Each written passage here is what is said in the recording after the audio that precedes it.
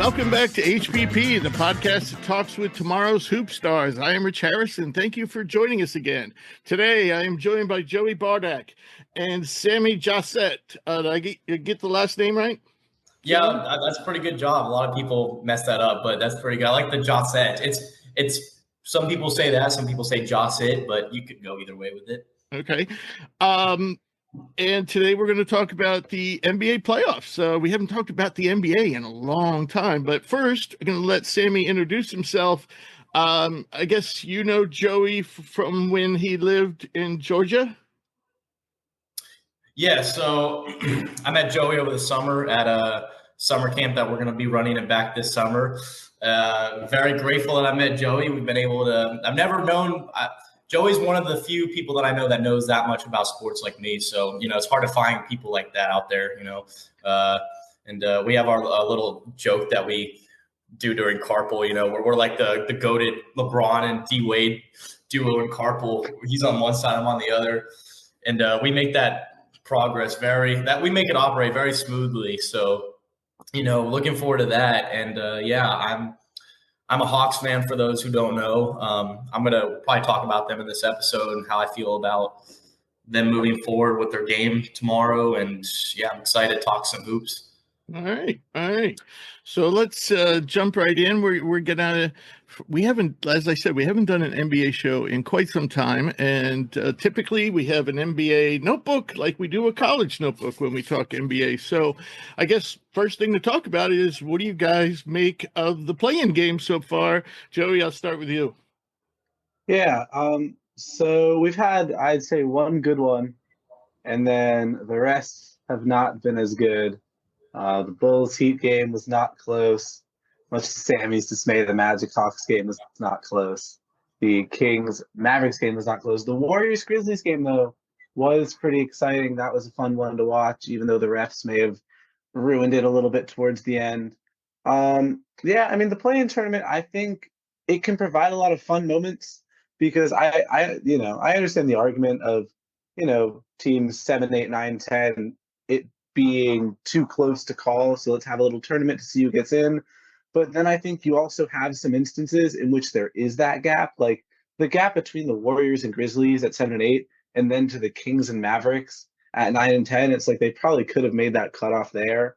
Like, when I was watching that Warriors Grizzlies game, all I could think about is the winner of this game is just going to smoke the winner, or the loser of that game is going to smoke the winner of the Mavericks Kings.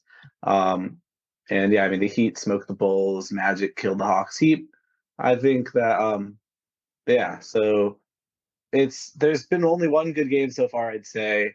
I think that Heat Hawks, I feel like the Heat are going to win that comfortably. Mavs Grizzlies, I feel like the Grizzlies are going to win that comfortably. And then neither stand a chance to playoffs. So not as exciting as it's been in past years, I'd say. Right. I texted Sammy today. I texted Joey. I didn't watch both games last night. I watched the early one, and then I watched the late one this afternoon. And after I got done watching it, I texted Joey and I said, instead of watching these play-in games, I think I would prefer to watch a bunch of old men play checkers. So, so on that note, what have you thought of the play-in game so far? I agree with Joey. There's really been one good game, and it was the Warriors and the Grizzlies game. The Hawks game, the Hawks were down going into the second half, and they put together a decent fight, but ultimately the score, it was a blowout because they got outscored 41-22 in the fourth quarter. So the game, I was watching it. It was put away with like 7 minutes left. The Magic put back in Banchero and Wagner, and they really did what they normally do and combined for a ton of points. And really, Trae Young was the only offense for the Hawks. So, that game itself was not entertaining. The Mavs and the Kings game last night was surprisingly all Mavs last night. They had everything clicking. Shout out to Brandon Williams. I wanted to mention his name because I think he's a heck of a player. And when I watched the whole game last night. So, I'm not a Mavs fan, but I watch a lot of Mavs basketball. I was born in Dallas, so I have family there and keep up with them quite a bit. And when I watch Brandon Williams, at this point, Spencer Dinwiddie's career, their offense operates and flows so much better when he's on the court and I watched him. I mean, he only played 17 minutes, I think. He had 19 points, and he was just really efficient. And he was making good passes, not making any turnovers.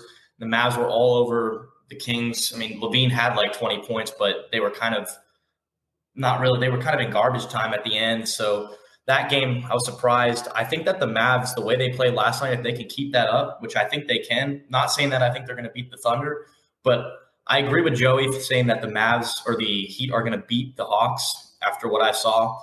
Not feeling good about it. And then I do think that the Mavs will beat the Grizzlies. I don't know what Ja Morant, his status for the game. He did appear to injure himself later in that game. Yeah, so he did. He tweaked an ankle, but they say he's going to be okay. So, yeah, we'll see what happens with him. But I do – watching the Mavs last night, they looked really good. Again, not saying they're going to beat the Thunder, but I think Jason Kidd and the Mavs can beat the Grizzlies. I mean, they fired Taylor Jenkins earlier in the season. They're going to have to rework things. I didn't understand that firing. They haven't really improved much since that. They've kind of just been around that 500 mark, a little bit over. So I'm going to take the Mavs and the Heat coming up, but it's not been entertaining so far. Let's stick with the Mavs, and I'll stick with you, Sammy. What did you make of that Nico Harrison press conference that was kind of confidential, and he didn't want to do it, but they made him do it, and then he doubled down on, trading Luka was the right thing to do, but Shams said that there was no way in hell that Harrison wanted to do that press conference that not everybody knew about. And and on top, apparently the owner of Dallas forced him to do it. And so, Nico Harrison is probably, you being a Dallas native, probably know this is the most hated man in Texas right now.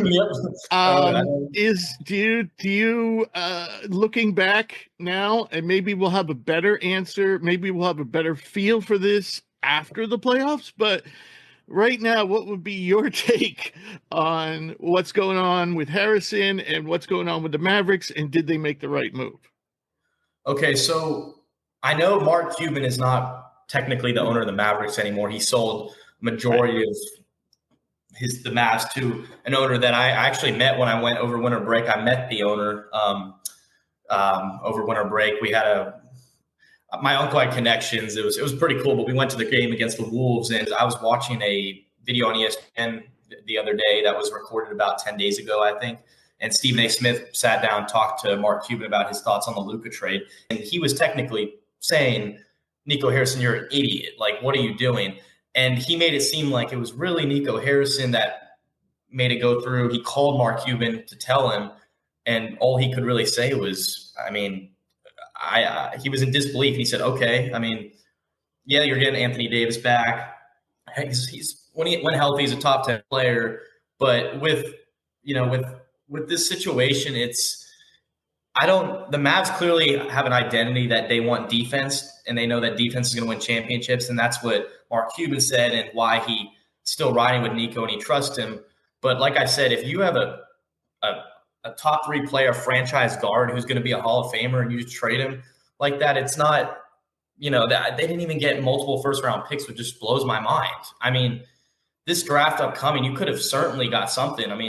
I don't believe the Lakers have their pick this year because the Hawks have it, but the Lakers will have, they have a ton of first round picks moving forward. But, I think Nico Harrison felt like they had to trade Luka. I still don't understand why.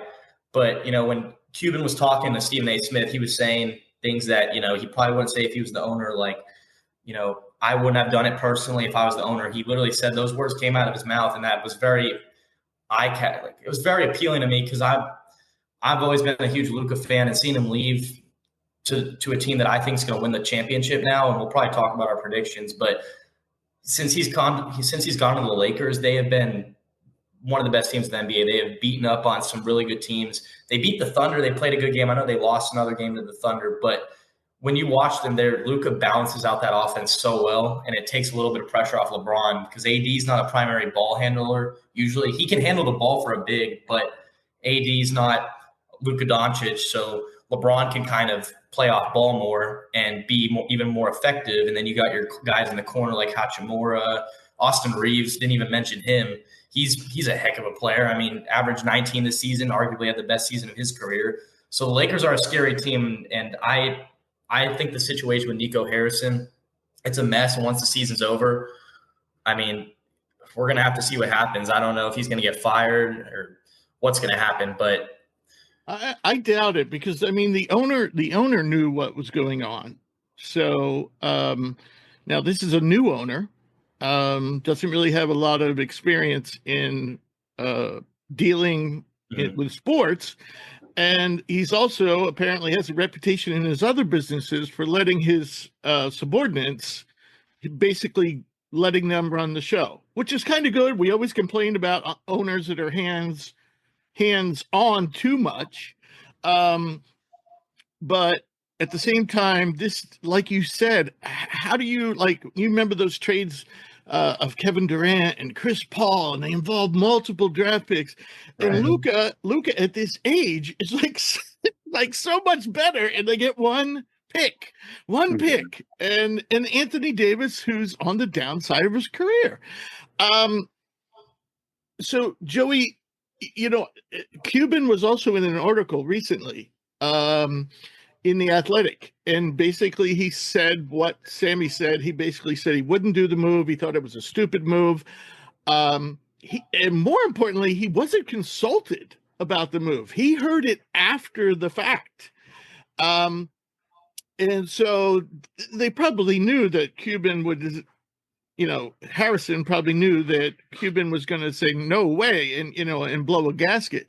So and what was interesting about that article in The Athletic was that they said that Cuban originally, when he sold the team, had it written in the contract that he would be involved in decision making with the basketball team, and apparently the NBA wouldn't allow that. And for some reason, they took it out. I guess he would have to have an official position with the team, and I don't know why he didn't bother to set that up. But anyway, we have what we have.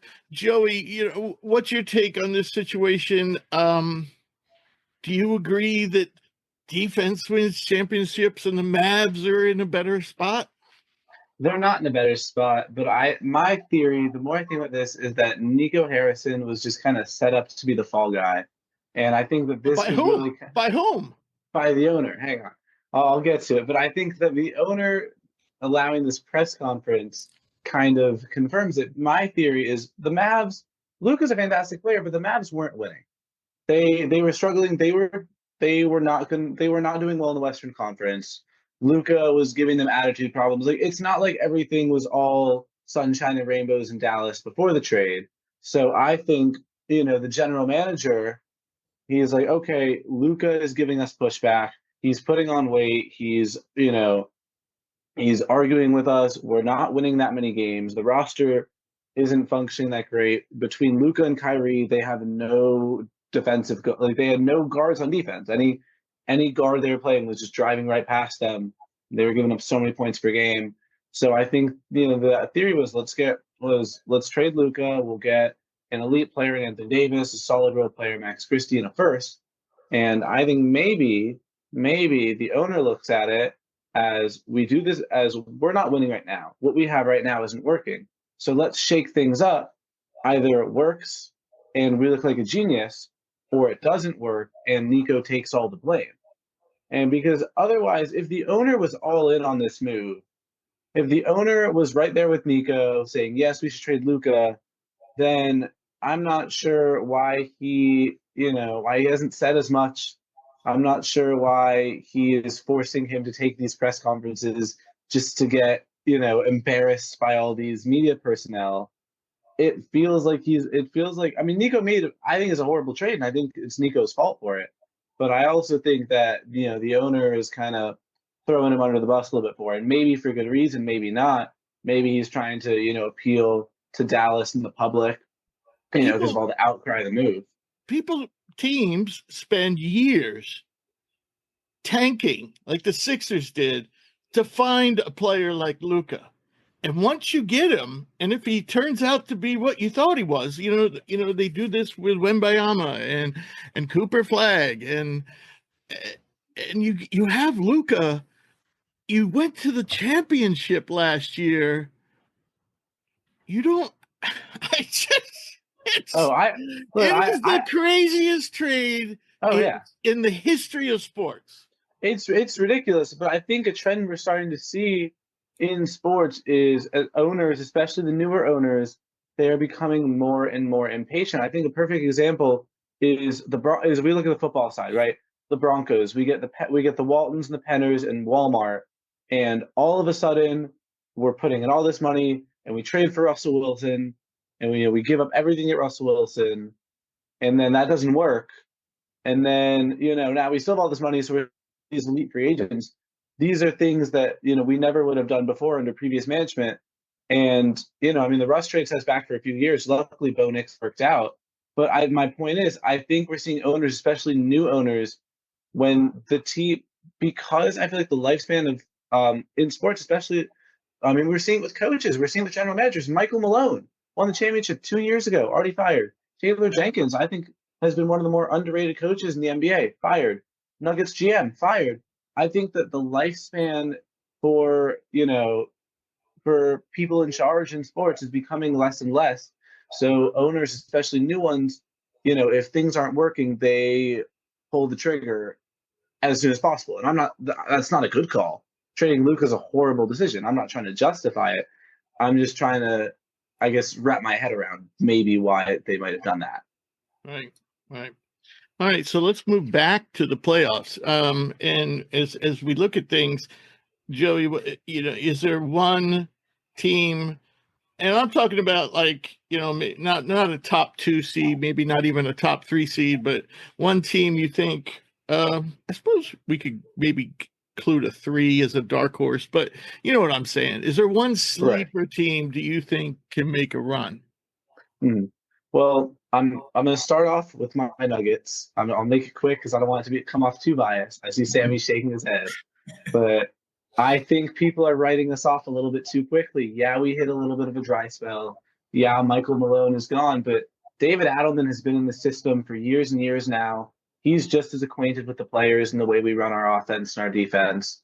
I think he's going to do a great job. I don't think we fire Malone without the knowledge of Adelman being there.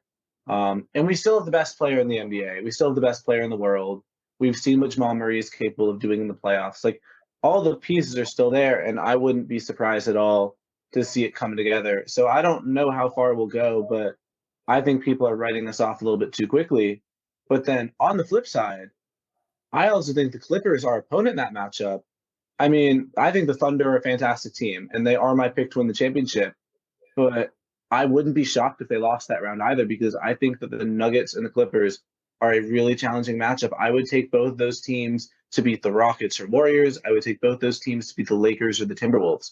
I think what the Clippers have done this year has been really tremendous. I think they have done a great job of assembling the right mix of role players and stars. We've seen James Harden and Kawhi Leonard, play better than they have in years. They've, in the playoffs. In the playoffs? I don't know. James, well, yeah.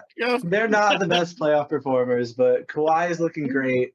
Harden is looking like prime Harden when he needs to. Yeah, prime Harden is empty regular season calories, and yeah. And then when the chips are down, he just slinkers off and disappears. I'm with you. His playoff history has not been great, but I like the construction of this team. I think Norman Powell, Sammy and I talked a lot about in our show, is having a borderline all-star year. Derek Jones Jr. I feel like some of the Clippers teams in past that we've seen with Kawhi and Paul George has kind of been Kawhi and Paul George versus the world. And then you have a bunch of, 35-year-old average role players and Marcus Morris and Plumlee and Nick Batum. And I feel like now they've really done a better job. Chris Dunn, I think, has been phenomenal at the point guard position, the dungeon, they call him. Amir Coffey has been great defender. Amir Coffey has been good to mention. Instead of these older, so-so role players. They're really starting to get younger, more talented role players that are coming into their own. I think it's a well-built team. I think they're peaking at the right time, more importantly. And I would not be surprised if the winner of the Nuggets-Clippers matchup makes a run. Sammy, who would be your sleeper team? So I did mention the Lakers. Excuse me. And I think, they're my pick to win the finals, like I mentioned them. But I want to talk about a different team because I just did talk about them a little bit. One team that I want to get a little creative with because I'm going to be rooting for this team because I think they're very exciting young teams, the Detroit Pistons. I was going to mention that. I'm glad you did. Yeah. And the reason why I'm going to bring up the Pistons is because I really strongly feel like they can go into the Garden and beat the Knicks, take one game, go home, try to take another few games. Again, JB Bickerstaff turned this team around. They haven't made the playoffs obviously since 2019. They have their franchise player that I surely hope they don't trade.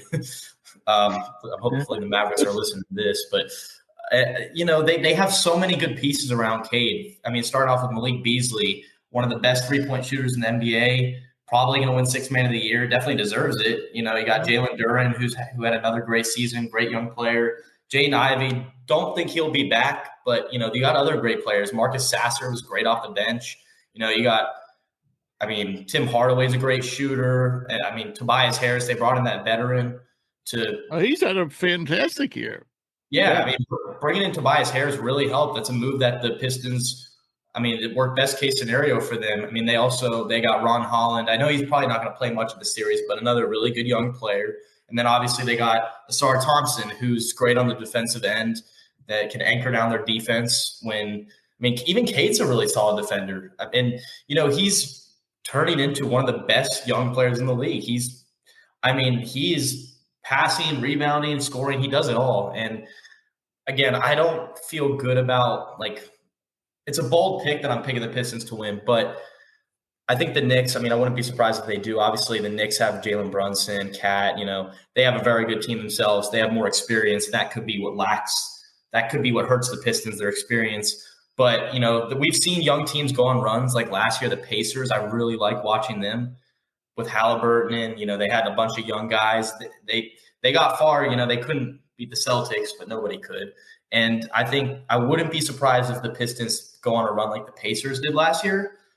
Again, they got offense, they got defense. They're very balanced. They're healthy for the most part. Again, the Knicks, Spencer, who's been on our shows, talked about it. The Knicks don't really have any backup bigs outside of Cat, and I don't think Spencer wants to see Precious Achiuwa playing that much. And I didn't even mention the Pistons traded for Dennis Schroeder. This was before I thought they were going to, be in the playoffs, because throughout the season I just kept thinking the Pistons I was like, oh, they're not legit, they might get playing at best, and they've just held his own. They played the Hawks when I watched them, and I thought the Hawks would beat them, and they didn't. It wasn't even close. And Bibby Bickerstaff, he's been a great coach for them. There's a lot to look forward to in their future. So the Pistons are my bold take team that I really think could make a run, but I'll stick with the Lakers winning the championship. Okay. My picks would be, preseason, the whole staff gets together. We make our fearless forecast, we call it. I predicted the championship game would be the Celtics and the T-Wolves. Though I did predict the Thunder to win the Western Conference, but I predicted the T-Wolves would get into the NBA championship. Point being, I still like Minnesota. If you look at their net rating, which is offensive efficiency minus defensive efficiency, they're still like top 5 in the NBA. I don't know if I like the chemistry of this team as much as I did last year, but the addition of DiVincenzo gives them somebody who can make plays, be it either passing or shooting off the bench. I like that addition. Not a big Julius Randle fan, so it's kind of like, 5 of one or 6 of one and half dozen of the other. But the other team you already mentioned was the Pacers. I think the Pacers have kind of underperformed a little bit this year, and I could see them. The Cavs, it's the first time they've been in this position And so actually, if you look, they just have flamed out in the playoffs over the last few years. So I could see the Pacers upsetting the Cavs. So before we move on, I want to talk about the play-in games. Do we all like Memphis to beat Dallas? I think so. So yeah, I think Dallas is going to win when I was talking about them. Oh, great, you did. Yeah, I'm yeah. sorry.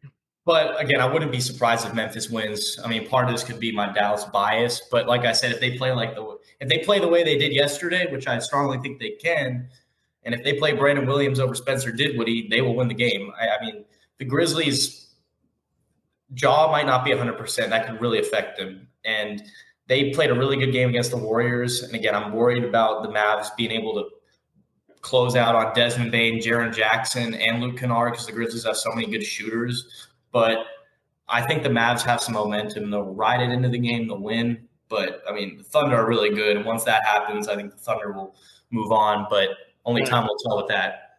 You know what's interesting about this matchup is the size of the front courts of both teams. The big players that they can throw out there should be fun. If you like big men, this is going to be a game of big men. This is going to be a 1980s classic. So in the East, I personally like the Heat. The Heat, they always pull this, we play 500 ball or worse, during the regular season, sometimes a little better than 500. And then, they turn it on in the play-in, and we've seen this, this movie before. And with the Hawks, if they were healthy, I would probably feel a lot different about this, but I mean, they have 3 major injuries. So you Sammy, you wanted to talk about the Hawks a little bit. Those injuries, by the way, are Kobe Buffkin, Jalen Johnson, and Larry Nance, all done for the season. So what do you think of your Hawks' chances? And how do you? I mean, to me, this team is starting to shape up nicely for the future. But I just don't see him getting by Miami tomorrow night. Right. I totally agree with what you said. I mean, injuries have really hurt this team, the big one being Jalen Johnson. And I also agree. I think the Heat are going to win. I mean, after watching, I thought the Hawks game to win was against the Magic, and that didn't happen. And with the Hawks, I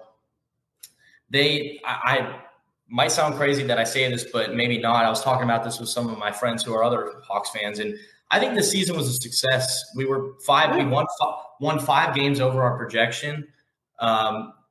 Team improved. We got like you said, we got a very good young future possibly. Although I think somebody said that the Hawks should, blow it up, keep Jalen and some of your younger guys. But this season was a success.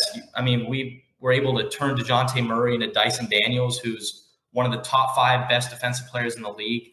The Great Barrier Thief. I love that nickname. He's nickname. Yeah, he is. Again, he was even great on offense. He's arguably in the conversation for most improved. I strongly feel like he deserves that. If he does not get most improved or defensive player of the year, then something's. I mean, I'm gonna be really sad. But the Hawks, I think their season is going to come to an end. I hope I'm wrong. I just don't think that there's enough help around Trae Young right now when our starting 5, I mean, we got Mo Gay, who's stepped in. He's had great games, but I mean, with him starting in our starting 5, it's not going to be, you're not going to get success out of that. And also Clint Capella is going to be out for that game again. So we're a little bit thinner behind centers with Onyeka starting, who had a great year too. So he was another positive. And I'm looking forward to the Hawks' future. I mean, if everyone's healthy, this team could be really good. I think this team could be a top 5 seed next year. I strongly believe it. If Jalen can come back and play the way he did, and they could get another big through the draft. It's not going to be Derek Queen or Malawach or someone like that, but there's still great players on the board in this draft. And the Hawks traded for Karis LeVert, who's been great. Niang's going to be under contract, so they can get some shooting. You're not even mentioning Ricochet. Yeah, and then Ricochet was the last part I was going to mention. I want to save the best for last.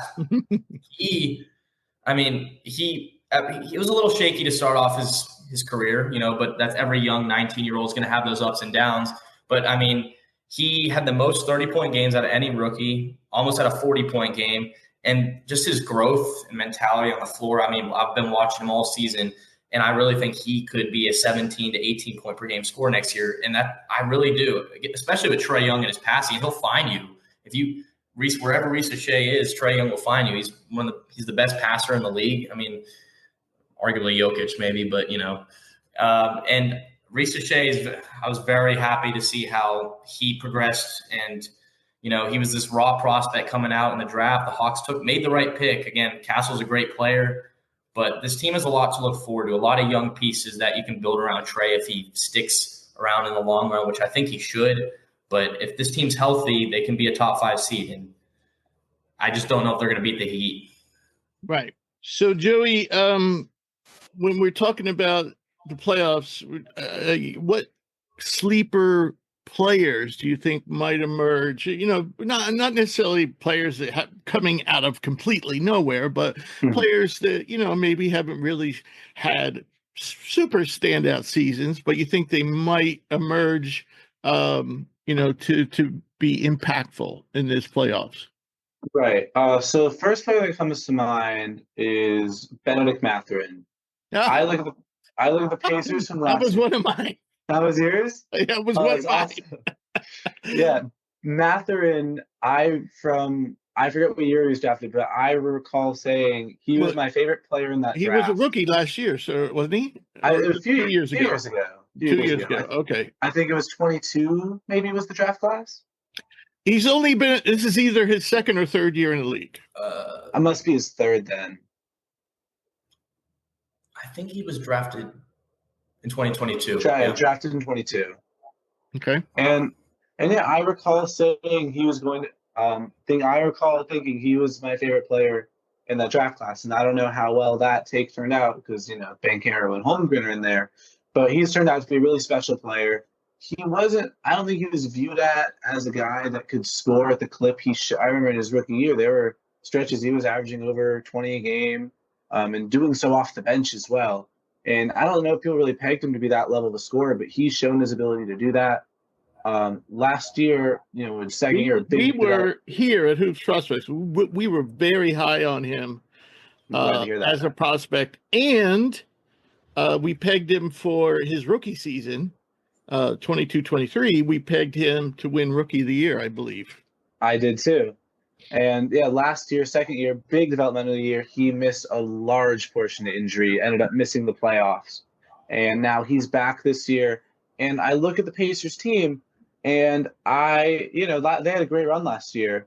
But what I see with the team is I think it's a really good team, really well constructed. You have, Halliburton and Siakam as your stars, and then you just have a slew of solid role players. You have Turner, Toppin, Nesmith, Nembhard, McConnell. So many great guys to play those roles. But what I'm thinking is what you need in the playoffs when you're going up against top teams like the Cavs, like the Bucks, when you're playing, the Cavs are four all-stars, Bucks, Giannis, and Lillard. When you're going up against those guys, you need a guy that can, you need that extra guy that can, put the team on your back and get you 38 a night in a series. And Halliburton, he's taken less of a role, less of a scoring role in the playoffs. I kind of thought last year his scoring would go up.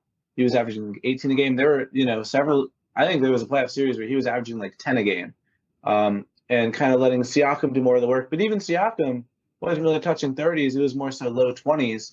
And that's kind of how the Pacers play. Is it's kind of everyone getting 10 to 15, not a lot of 20+ scores. But I think the East has gotten tougher this year. So many great teams, so many elite players, and I think Mathurin, the ability to, I think he's going to explode for a few games. Maybe in the Milwaukee series if they get out of there, maybe the Cleveland series. I think he's going to have a few big games and kind of show. I think he could be that extra scorer to show Halliburton may not be able to take over the game. Siakam may not be able to take over the game. Those guys aren't. They're good scorers, throughout the stretch, throughout the season to give you 20 a game. But when you need someone to kind of take over, Mathurin could be the guy. And on that similar note, I have Jalen Green for the Rockets. People have been hating on Jalen Green for a really, really long time now, and I understand it. He is incredibly efficient, does not have a great shot selection, but I have said that all of that aside, he is an incredible talent, and he will find a way to make it work. And I think he has done so with the Rockets. I think they're similar to the Pacers in the way that they don't really have anyone averaging over 20 a game. It's, Van Vliet with a little under 20, Şengün, I think, at 19. I think Thompson's around 15, maybe a few less. Brooks, a bunch of guys like those. And, just like I think that system can work in the regular season, but just like the Pacers, you need a guy that can go off for 30 plus, and have a big night. And I think Jalen Green has shown the ability to do that. I think he has shown the ability to play off the ball and, take better shots, let Van Vliet and Thompson run the offense. And then also when they say, Jalen, okay, we need you, he can put the ball in his hands and he can go get some buckets. So I think I look at those two teams as the only teams in these playoffs that I would say don't have a superstar. And I think that in order to make up for that, they need guys that can account for that level of scoring. So for that reason, they have to kind of do it by committee. Right. They have to do it by committee. And I think that doesn't always work in the playoffs. And I think maybe some games, but I think there are going to be a few nights here and then where that's not going to work. And the Pacers may have to look to Mathurin. The Rockets may have to look to Jalen Green and say, it's a close game. It's the fourth quarter. We need a guy who we can put the ball in their hands and they get a bucket. We need that to be you. So keep an eye out, I think, for Mathurin and Green to have some big games in the playoffs. All right, Sammy, what players in this tournament do you think might come out of nowhere and be surprise performers? So I have a few guys in mind. The one guy I really want to mention is Aaron Wiggins, the Thunder. Mm-hmm. I like Aaron Wiggins a lot because whoever the Thunder play, if it's the Mavs or the Grizzlies, Shea's most likely going to be double teamed a lot. And he's that good that he can beat a double team. But if he is, he's going to have to, give up the ball a lot. And the Thunder have plenty of scores around them. But one guy that I don't think got enough credit this season was Aaron Wiggins. He's a great 3-point shooter. He had plenty of games where he scored 20 or 30, and he's a great compliment next to Shea. Again, he doesn't start on this team. But, again, I could pick Jalen Williams. Again, I think he'll have a great series, obviously Chet. But one guy that, doesn't really get enough recognition on that loaded team is Aaron Wiggins. So I think Aaron Wiggins is a really solid player. He's never going to be a 20-point-per-game scorer. But, his role, he knows his role. He's a great shooter off the bench that can play make here and there.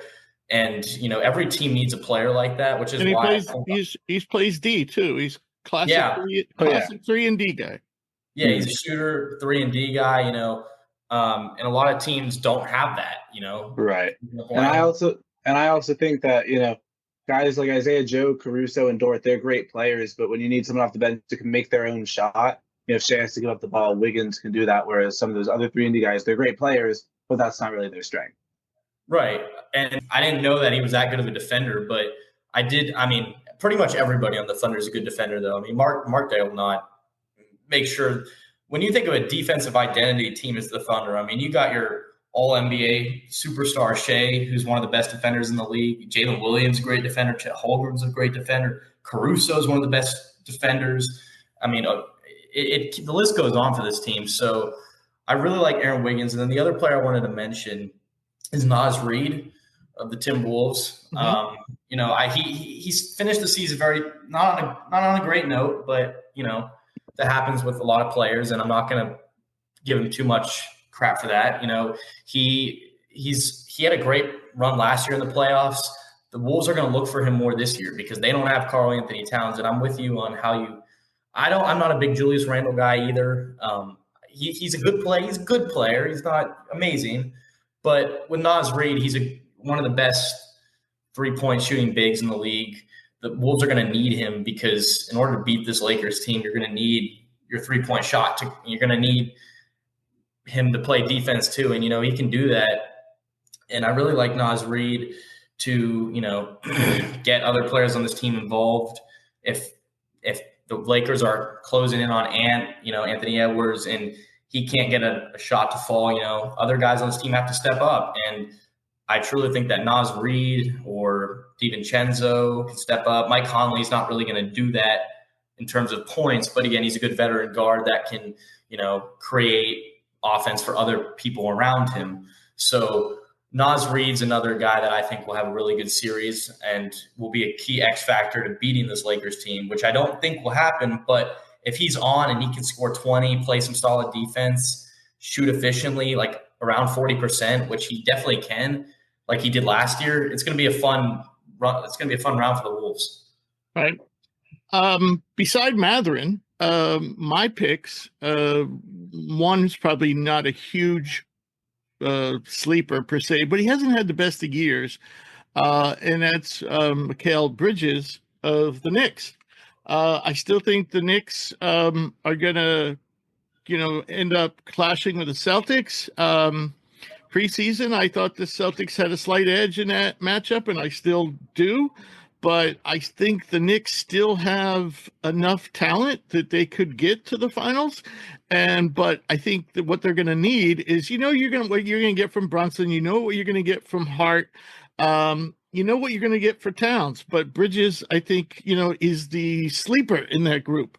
That really, he's the type of guy that can give you 20. You're going to get great defense from him. So yeah.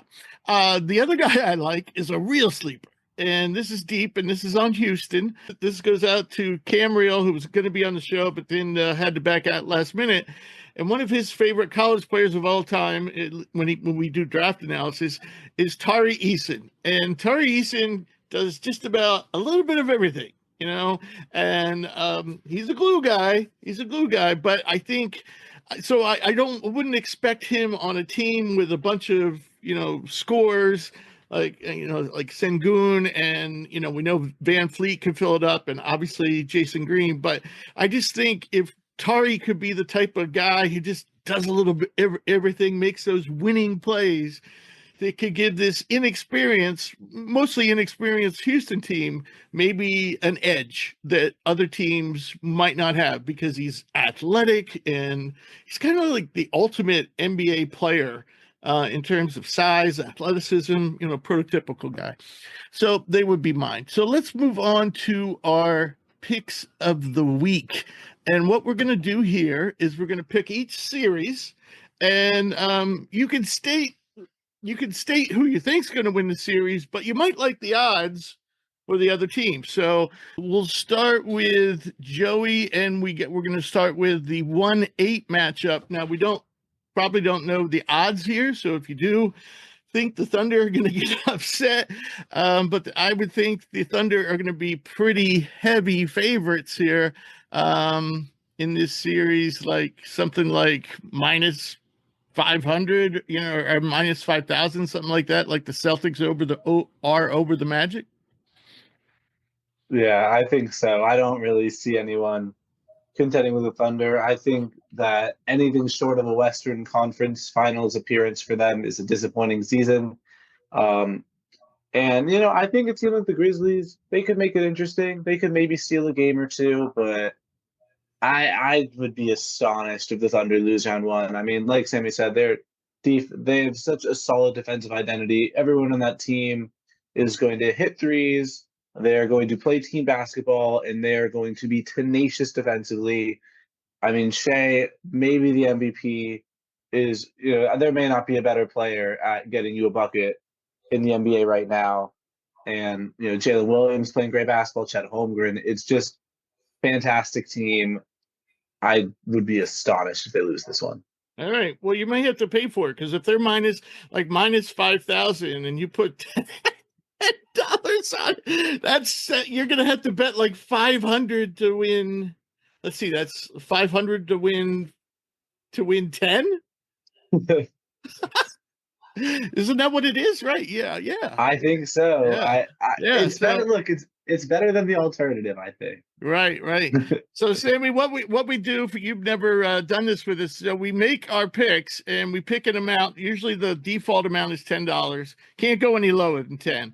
Obviously, these are fictitious bets. And by the way, folks, Joey and I are both in the red for the year. So we have money to make up. That was all college, though. That was all college. So I said last episode, pros is where I make my money back. all right. So, Sammy, who are you going with? We don't know the odds exactly, but we know they're going to be steep. Are you going with the Thunder or are you going with the 8th seed?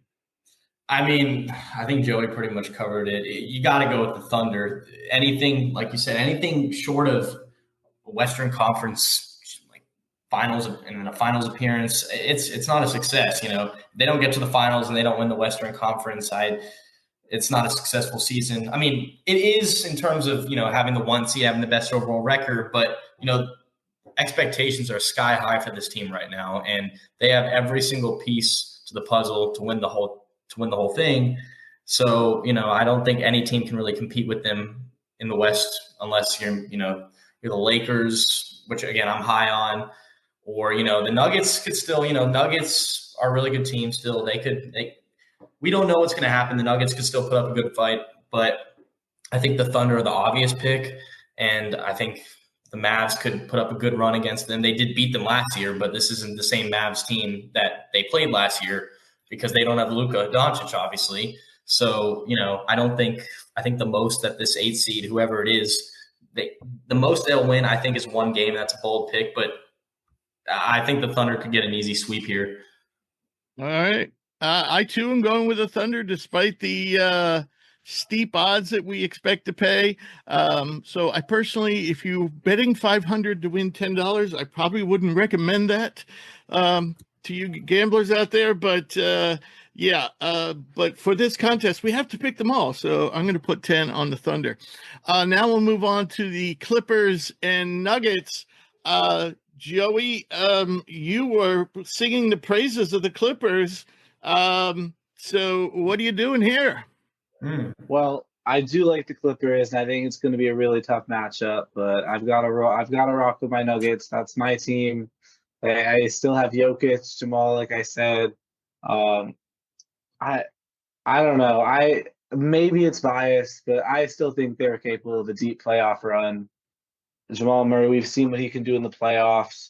Michael Porter Jr. and Aaron Gordon, phenomenal players. Christian Brown as well, having a great year. I think really what this is going to come down to is defense, because I'm confident the Nuggets are going to get their buckets.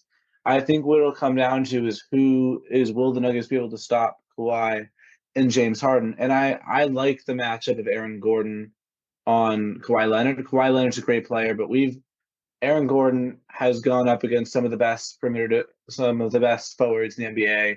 The Nuggets had him on LeBron James. They had him on Jimmy Butler in the finals. I mean, Anthony Edwards at times. He's been everywhere and he's been able to perform. So I like that matchup for the Nuggets. James Harden, I think, is a little bit scary because I know playoff James Harden, like you said, Rich, but he's been playing some great basketball as of late. And it's the Nuggets guard defense that's been scaring me a little bit. I think it'll mostly be Christian Brown on him, and Christian Brown's been a great defender.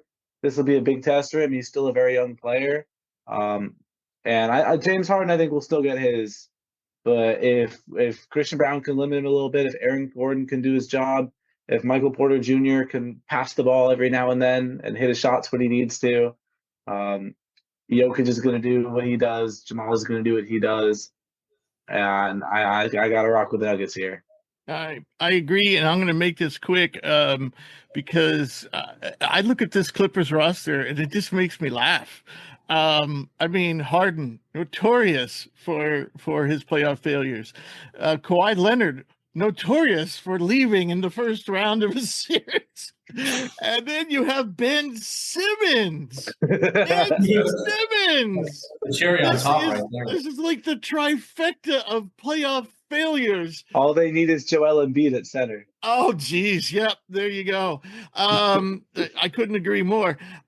So having said that, I'm putting 30 I'm putting 30 on Denver at -110. I see you are putting something similar. I'll match you with 30. Actually, it's my team. I gotta be confident. All right. So, Sammy, what's your call on this series? So how much do I have to put on Denver here? You have to at least put 10. It has to be at least 10. I'm not super confident that Denver's going to win, so I'm going to put 20 on the Nuggets taking this series. Again, you pretty much said, the Clippers have like the trifecta of playoff failures, but at the same time, they do have some NBA champions. Norman Powell, he won with the Raptors. Kawhi won with the Raptors. So this team has, a lot of experience. I really love the addition of them getting Bogdanovich. They did not need Terrence Mann or Bones Highland, so they pretty much got Bogey for nothing.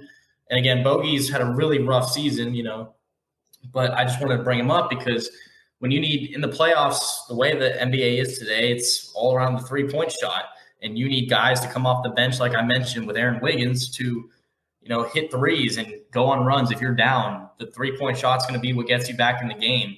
And Bogdanovich can do that. So I do like this Clippers team. You mentioned Chris Dunn earlier. He's a great player. He's been a great piece off their bench.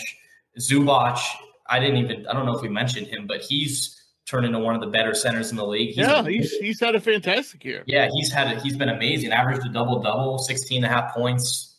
He can get a rebound. I mean, he's a great player. And then I like Amir Coffey too. He was my other player my sleeper player that I think could make some noise in the playoffs. I just really like Amir Coffey a lot for this bench unit. And despite me liking the Clippers going into this game, I do think the Nuggets will win. I'm just a little hesitant because they did just fire Mike Malone. And, it's not easy when a coach that you've had for this long gets fired and then you go right into the playoffs. And I know the Nuggets had their reasoning for it, and it could be understandable. But when it comes down to the Nuggets and the Clippers, I'm going to take Nikola Jokic and Jamal Murray pretty much 10 times out of 10. Yeah, I agree with you. And what I'm thinking is, I look at this team and the core that won the championship is still there. And the difference is, and we were concerned about this going into last season, where's the depth? Because everybody coming off the bench was inexperienced. And they're still young guys, but at least they have 2 years under their belt now. And Bron's really played well, as a starter. So I just think this Denver team is better than the Denver team of last year, even though their record might not show it. And I have to go with them against a Clippers team that I'll believe it when I see it. So let's move on to one of the more intriguing series, one of the series I'm really excited to watch, and that's the Lakers and the T-Wolves. I'll stick with you, Sammy, because I know you've been touting the Lakers, and I get it. LeBron and Luka, what a great combination. But this team doesn't have a center. Yeah. Rory Hachimura is their front line is Rory Hachimura at like 6'7", 6'8", and then they have Finney Smith who's like 6'6". They really have no size. Could that hurt them in the series, or does it force Gobert, which we've seen before, Gobert to sit on the bench because he can't defend, the big guys, the big guys on the other team who can shoot. So, what do you think? So this Lakers team reminds me a lot of the Rockets back in 2019 when PJ Tucker was their center. Yeah, good call. Yeah, and they traded Clint Capella. I think that's when Capella was traded to the Hawks. Right. Yeah, but you're right. They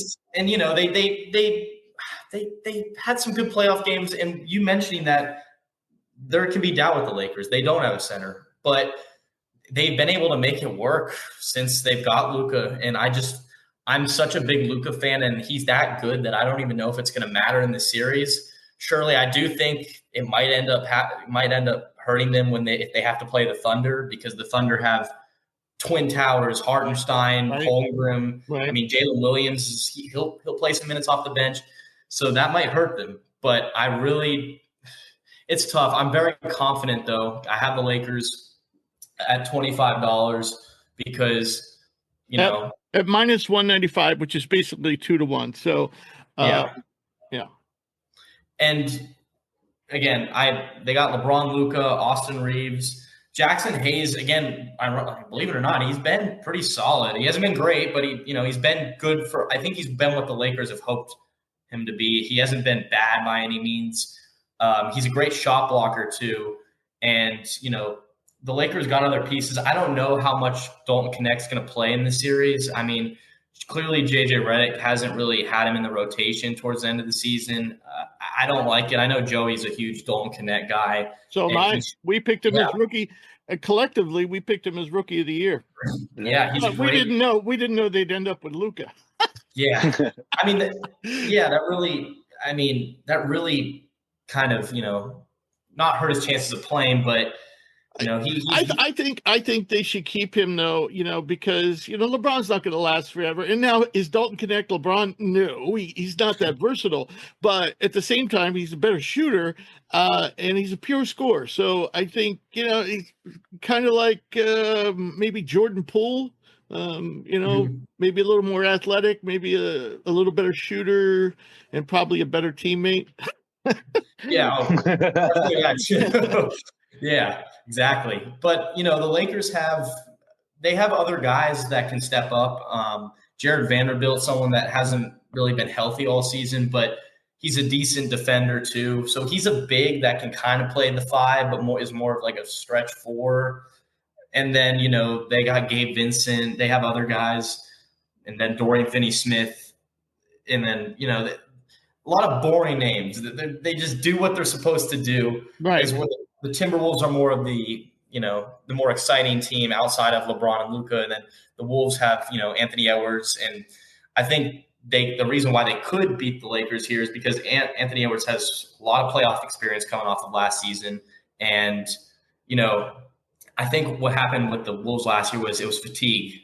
Having to play every other day. Anthony Edwards even said it himself. Their bodies were muscles. Everything was hurting. This is a different Minnesota team, and I'm going with Minnesota because I'm getting plus 160. I'm going to put 20 on it. I think it's going to be a 7-game series. Obviously, the Lakers have home court. I just think this Minnesota team has gained a year of experience, and they traded DiVincenzo. They got DiVincenzo and Randall for basically Karl Anthony. That's the main difference between the teams. But the other main difference is Jaden McDaniels, unless he does something stupid again, should be available. And he's one of the best, versatile defenders in the league. And so I think that'd be a big help. And then DiVincenzo gives you that scoring punch off the bench if you need it, plus your guy, Naz Reid. So, Joe, you have to break the tie here. I'm going with T-Wolves. Sammy's going with Lakers. Who do you like? Well, as much as I would like to bet against the Lakers, as a Nuggets fan, it's in my DNA to hate the Lakers. All the close games, all the ridiculous foul calls they get, LeBron still being good year after year despite being 95 years old. But I have to go for the Lakers. Usually when it comes playoff time, I side with the teams, with the role players I like, with the 3-and-D guys. I always go for the Marcus Smarts, the Jay Crowders, those kind of guys. But with the Lakers, I don't even think it matters who else they send out in the court as long as they have LeBron, Luka, and Austin Reeves. I mean, I don't even have any words. Like, I don't like the construction of the Lakers team at all. I think them not having a big is it's gonna bite them somewhere. I think it's gonna bite them. I don't like their scoring off the bench. I feel like they could get a lot better 3-and-D players than Hachimura and Finney-Smith and Dinwiddie and Goodwin, but nevertheless, it works, and I think that's just a testament. Luka is that good. I just think that offensively, those three are going to be a nightmare because say you put McDaniels on LeBron. I still think LeBron, he's so big that matchup's going to be tough. You put Edwards on Luka. Maybe you stop Luka a little bit. Luka's still going to get his buckets. And then who's guarding Austin Reeves? I guess you could put in Nickeil Alexander-Walker, but then you don't have a point guard in the game. Or you put in Conley, and then you go small, and you only have your one big, and you're benching 2 of Gobert, Reed, or Randall. I'm a little skeptical still about the Timberwolves fit. I don't love the way Randall fits their offense. I still really wish they had Cat. I think Naz Reid is going to be stepping into a bigger role. I think the Timberwolves are still juggling how to handle those three bigs because you can never bench two at the same time, and you can never have all three at the same time, which is tricky. And then they still have a lot of guard play. Shannon and Dillingham are playing well. They're coming along well, but they might be too young. And then you have DiVincenzo. I feel like this lineup, I feel like that the T-Wolves still have a lot they're trying to figure out where, JJ Redick is he's figured out this Lakers team. He's figured out that he sends those three on the court because, Luka, as good as Luka is in the playoffs, he gets even better. We've seen it statistically. We've seen, and he can carry a team by himself. Yeah, right. Trust me, I hear you. I'm scared. Yeah. I'm scared of this Lakers team, especially because of Luka. And I think, he's probably in the back of his mind is probably kind of a little bit more motivated than usual. Because he's playing with a full chip on his shoulder. Because Nico Harrison has been trashing him every chance he gets, either off the record or on the record, So, but I'm still going with the T-Wolves. I kind of have to, I picked them to be in the NBA Finals, so I kind of have to. So now we'll move on to another interesting series, and that's the young Rockets against the Golden State Warriors. And believe it or not, the Warriors are a heavy favorite, even though they're the 7th seed and the Rockets are the 2. The Warriors are minus 190, while the Rockets are plus 155. Joey, who you got here? Yeah, I got the Warriors, and it's a shame because I'm in a similar vibe with the Lakers. I don't really like the Warriors. I think they're old. I think it's time for them to blow it up, make way for the next generation, for the Kumingas and Moody's and Podziemskis. Oh, geez. If that's the next generation, they're in trouble. Well, if Kerr would ever develop Kuminga, who knows what could happen? Oh, come on. It's time to stick a fork in that one. Oh, but regardless, they have this guy. I don't know if you've heard of him. His name is Steph Curry. I have heard of him. And it does not matter who you put on him. It does not matter who else is on the court with him. He is going to dominate, especially in the playoffs. And I like this Rockets team a lot. I do. I think Şengün's a phenomenal center. I think Amen Thompson has potential. I don't even have a player comp for him. That's how unique and special his game is. Dylan Brooks, solid role player. Tate, Eason, Whitmore. It's a really nicely constructed team, but I just think that when Curry gets hot from three, they're not going to have an offensive answer. I think that if anyone could stop Curry, it could be Amen Thompson. He's a great defender, one of the quickest players in the NBA, has great size, great length. So, I think there's a world where he makes Curry's, he makes it really tough for Curry. And, the Warriors don't get much help from anywhere else, and the Rockets do. They're playing by committee, and it works out. But even in that instance, even if Curry is shut down and the Rockets playing by committee works, the Warriors have this other guy, Jimmy Butler, who one of the better playoff performers of the last 5 years or so. I think I didn't see the vision of that trade. Sammy and I talked about it. I still think they're paying Jimmy Butler way too much. Giving him $60 million a year for 2 years is absurd. But you can't deny his playoff success. And I think that we saw it in the play-in game if you put Jimmy Butler and Steph Curry out there and tell them to get buckets, they're going to get buckets. And, I don't think, just like the Lakers, I think the Warriors have other holes in their lineups. They still have a lot of question marks at the big position. Trace Jackson Davis was the guy last year. Now he's out. Then Post was in. Then Post was out. Now Post is back in. Looney's in and out. So they're still not sure what to do there. Their bench still leaves a lot of questions. They don't really have many people that can create buckets outside of Curry and Butler. They have guys like Kuminga, like Moody, like Payton, like Podziemski that are just in and out in the lineup. They'll play 30 minutes one game, they'll play 0 the next. So still, just like the Lakers, there are a lot of things I don't like about that team. But I just think at the end of the day, as boring of an answer it is, I think that Steph and Jimmy is just going to be too much. Right. We as collectively, I've been high on the Rockets for the past 2 years, predicted them to make the playoffs this year. and they did. Never thought they'd be the second seed, but they exceeded expectations that way. I really love the way this team is built. I love the collective talent. I mean, there's talent on this team's third string. There's guys that haven't even come close to their potential, like Cam Whitmore yet. I mean, Reed Shepherd can't even get in the lineup. He's averaging like 40 a game in the G League. Exactly. So, there's tons of talent on this team. I think it's built. It's constructed nicely. The depth, no question, favors Houston. So I hear what you're saying about Jimmy and Steph, and I'm only putting $10 on it, but I'm getting 155. So I that's what I'm going for there. I'm not super confident about it, but here's what I won't do. I'm not gonna put down 2-1 on the Warriors. I'm not going to bet 20 to win 10, or in this case, 19 to win 10. No way. So I'm just going to take the plus 155, put 10 on it. So Sammy, you got to break the tie here. Warriors or Rockets? So this is arguably the closest series in the whole, and so far in the first round. But I'm going to also go with the Warriors based on just based on experience.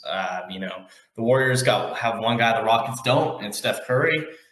Like I said, the 3-point shot is at the top. Like, it's at a high, Curry's evolved the game. So, every team needs 3-point shooting. The Rockets have that, but the Warriors have more of it just because of one guy in particular. And it's a little confusing how Steve Kerr manages the Warriors rotation.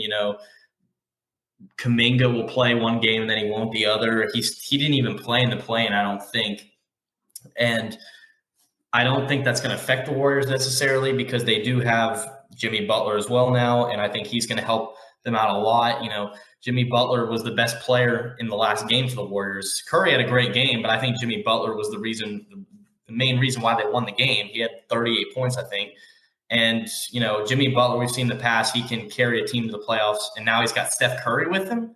That's a scary recipe for a team to go against. And the Rockets are just very young. I think that, they could go on a run, but I don't think it's likely this year. Ime Udoka's had a great, and the Rockets have had a great year.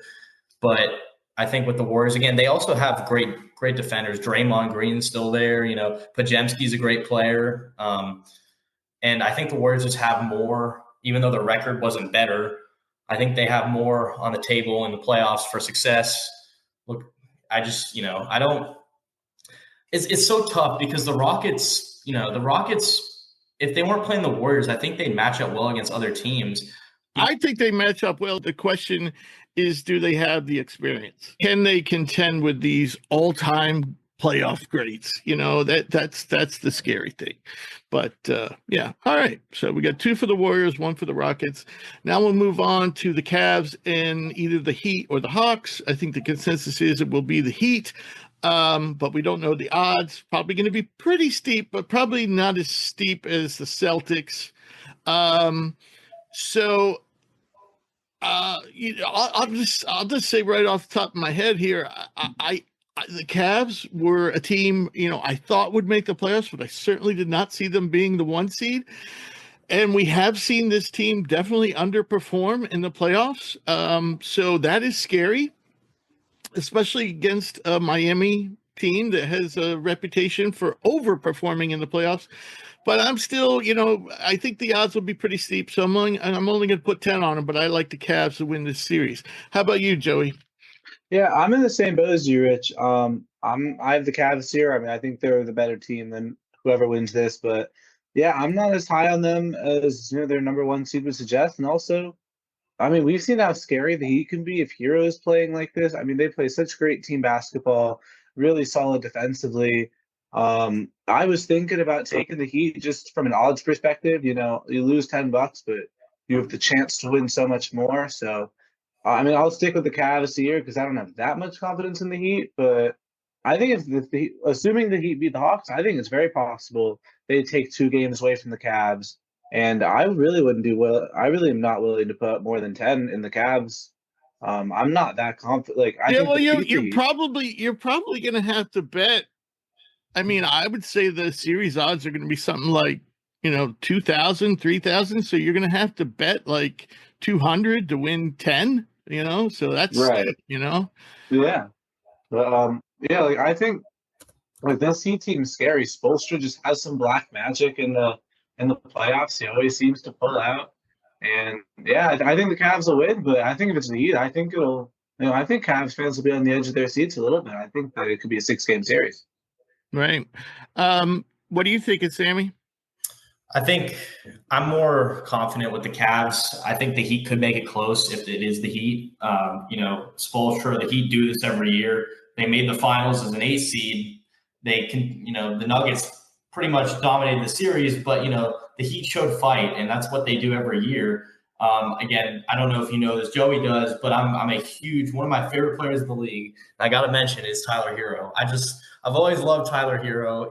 He's just the way he plays the game. The way he can play make. He plays with all his swag. I love the guy, and I hate that I have to root against him coming up on Friday. Also he's getting better every year, and he had a career year this year. And again, I don't know if he's a number one option in the future, but he's nothing below a number 2, that's for sure. And I think that the Cavs, I'm more confident though that they will win. I think they could win in 4 or 5. This team's just way too good. They have so much defense, just like the Thunder. You got 4 All-Stars almost, Evan Mobley and Jared Allen. I mean, that's lethal. I don't know how you're going to be able to get past them and get layups consistently. And you got your 2 guards, Donovan Mitchell and Darius Garland, and then adding DeAndre Hunter is a great piece because he's a great 3-and-D guy too. And that's what the Cavs needed. Not to mention they got other shooters like Max Strus, and they're just overall probably, like with the Thunder, the most built team in the NBA. They have players up and down their roster that can do anything that Kenny Atkinson needs them to do. And with that said, I think that the Cavs will win in 5. If it's the Heat, if it's the Hawks, I think they'll win in 4. But I don't know. The Hawks could take a game against the Cavs. The Hawks did win 2 games in the regular season against the Cavs and look particularly very good. So they could also take a couple games.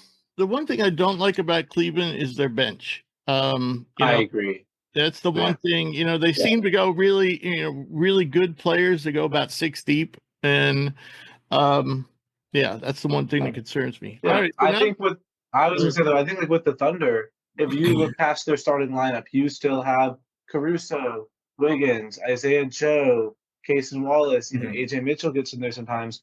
With the Cavs, I mean, Hunter doesn't even really count because aside from the first quarter, he's playing with the starters pretty much. He's playing starter minutes.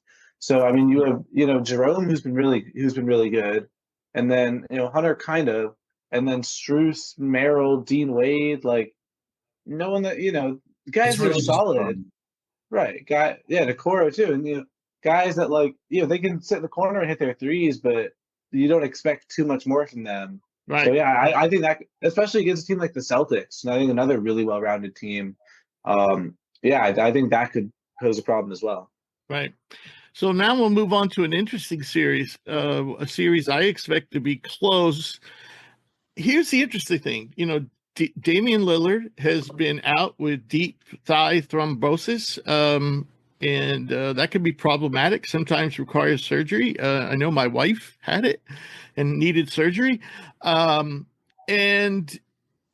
the thing of it is he has been cleared to practice, but he's definitely going to miss the first game.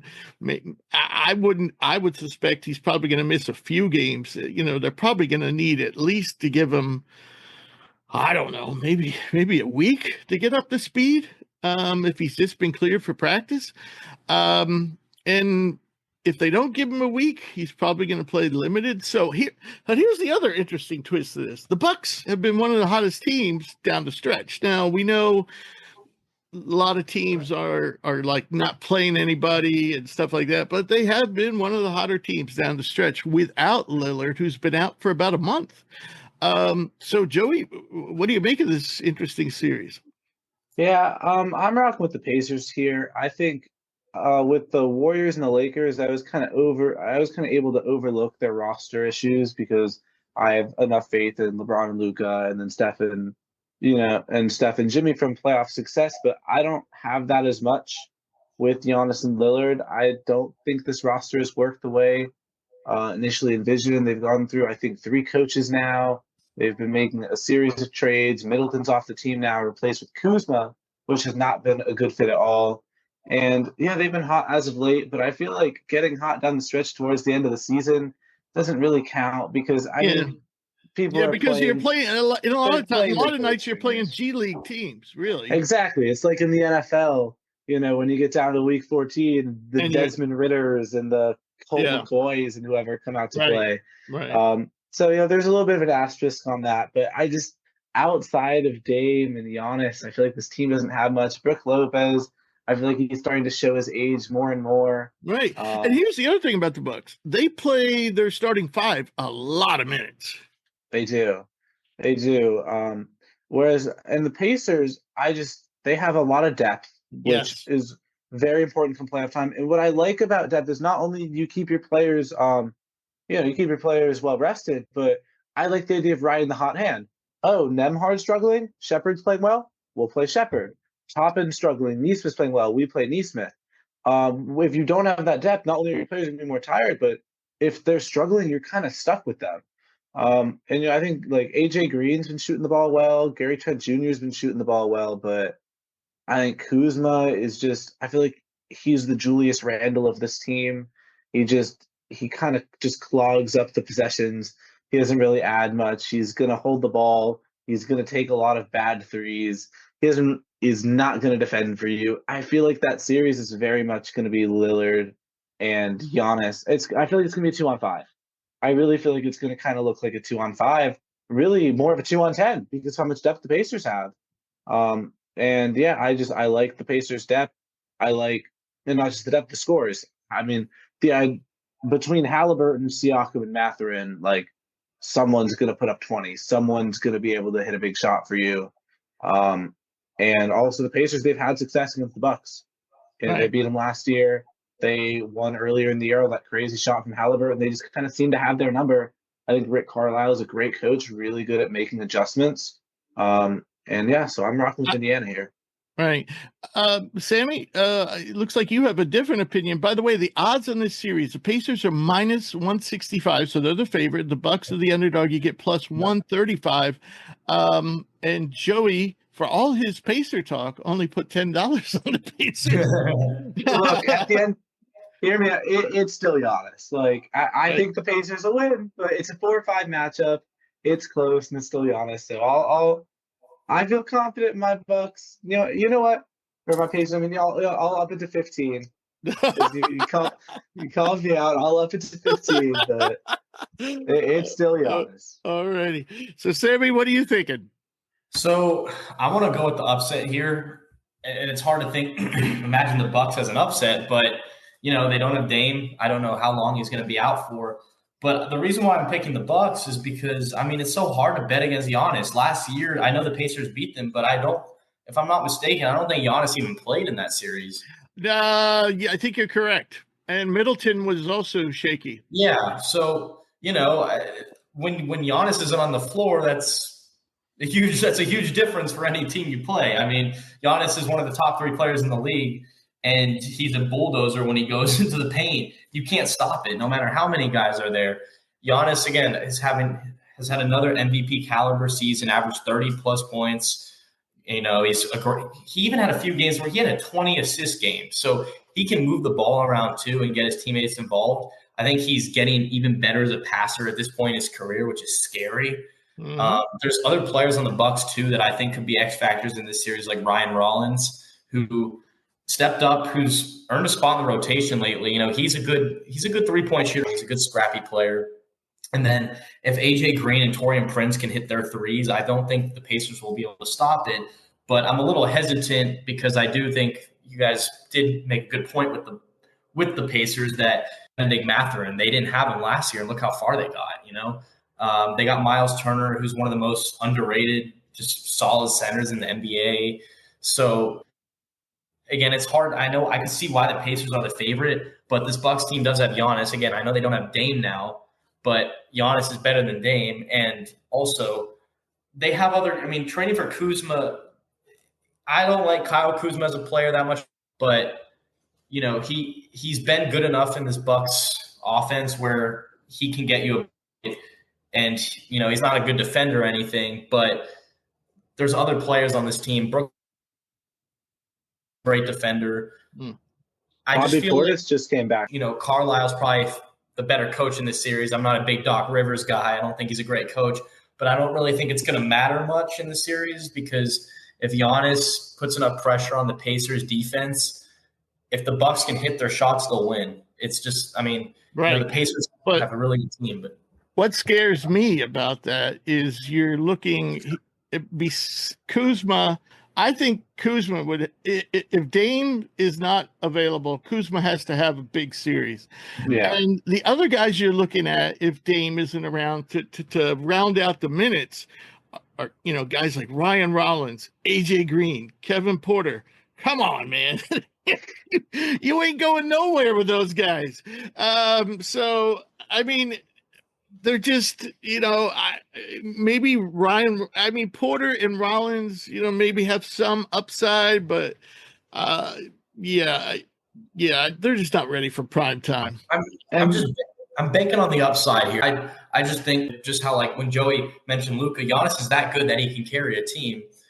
I know the Bucks had their struggles this year, even when Dame was on the floor. But in the playoffs, Giannis has a championship. I just feel really comfortable betting on Giannis and the Bucks and banking on the upside. I hear you. I get that. My argument, though, would be that, Giannis is a fantastic player. He's going to average 30 a game in the series.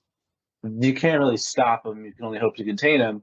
But I think if you put out there on the court, you send out Nesmith, you send out Jarris Walker, you send out Miles Turner, you may not stop him. Siakam's a solid defender too. You send those guys out there. I don't know if you necessarily stop Giannis. You definitely force a lot of attention to Giannis. I think what you do is you force him to kick it out. And I think if you're the Pacers, you say, Giannis is going to get his. That's Giannis. But yeah. But we'll send help out there, and we'll make AJ Green beat us. Make AJ Green and Gary Trent and Torian Prince beat you. Yes, exactly. Right. Exactly. Before we move on, I want to tell you young guys a story about probably the 1985, maybe 86 NBA Finals, maybe 87 Magic Bird days. So I got a T-shirt during the NBA championship at the Boston Garden. So you were, Joey, the reason why this is a story that follows up on your Lakers, that you couldn't root for the Lakers no matter what.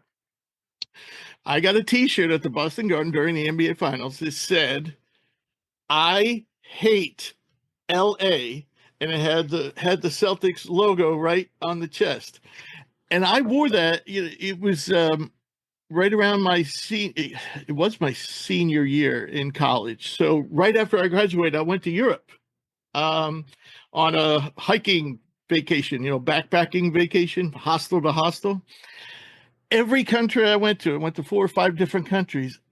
I don't know how many people came up to me and started talking to me about that shirt. I'm in Europe. I'm in Germany. I'm in Denmark. I'm in the Netherlands. I'm in England. Everybody came up to me. So the NBA, even then, was a global sport. It's just we didn't have the players from Europe playing in the game. But I'll never forget that. It was my favorite T-shirt of all time. Led to a few dates too. Anyway. All right, so now we'll move on to the Knicks and the Pistons, and another interesting series. Joey, who you got here? Oh, and by the way, I'll give you the odds. Pretty big differential here. The Knicks are minus 400. The Pistons are plus 310. So it's kind of Knicks, you're giving up 4-1. Pistons, you're getting 3-1 roughly. And yeah, for that reason, I'd like to preface this with saying I do think that the Knicks will win the series, but not enough to take minus 400. So I'll take the Pistons at plus 310 here. Like I said, I think the Knicks will win. Brunson, we've seen what he can do in the playoffs. They have just, as good as role players get. in Josh Hart, in Anunoby, I guess I don't even know if Bridges, he probably surpassed the criteria for a role player. They just have a stacked starting lineup. They have guys. The bench is a little bit spotty, but they have guys that can get hot at times. The Pistons are still very young, but I think that an upset is very possible here. The Pistons. I feel like going playoffs is all about momentum. It doesn't matter. The regular season doesn't matter anymore. It just matters how you do from here on out. So I think coming in with you see a lot of teams that are top seeds and they kind of meander into the playoffs as a 3 or 4 seed, and then they get smoked in the first round. And I think I see a little bit of that here. I think the Pistons have been hot. The Knicks are a better team, I think, and have a lot of great players, but they've definitely shown some signs of weakness. And I think the Pistons are going to come in with a lot to prove. They're a young team. Cade has been rotting away in Detroit for years now, is finally in a position to succeed. No one really saw them going this far, so I think they'll definitely have some chips on their shoulders. It's a really, really good construction. Cade is great. He's your typical superstar point guard, 25, I think 8 assists maybe, can grab boards. I feel like he's what I think this is what LaMelo would be on a better team, but a little bit. Right. Fontecchio, in the minutes he's played, Harris has done nicely now that he doesn't need to be that main. Now that he can kind of be a tertiary scorer instead of a 1 or 2 option, has thrived. Duren is looking phenomenal. And also they play like that real smash mouth, almost 80s kind of basketball of they'll kind of punch you in the teeth defensively. It kind of an intensity we don't really see all that much these days in the NBA. Right. And one that I think is really, really valuable in a playoff setting, because that's not how the Knicks play. Actually, I take that back. I think the Knicks have some of that too with Hart, with smash mouth series, 2 very defensive teams. But I think Cat is going to struggle immensely in the series. You throw Duren and Stewart on him, and I think he's going to be whining for foul calls all series long.